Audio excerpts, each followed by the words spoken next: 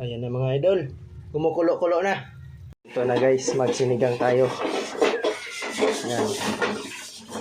Malaglag ah. Ayan na mga idol. Kumukulo-kulo na. Mukhang masarap yan. Dahil andito ako ngayon sa bahay, magluto ako ng masarap na ulam.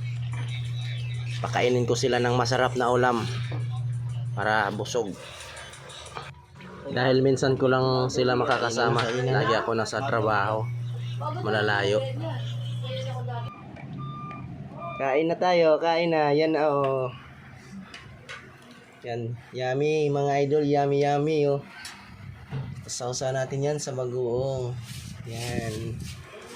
Yummy yummy.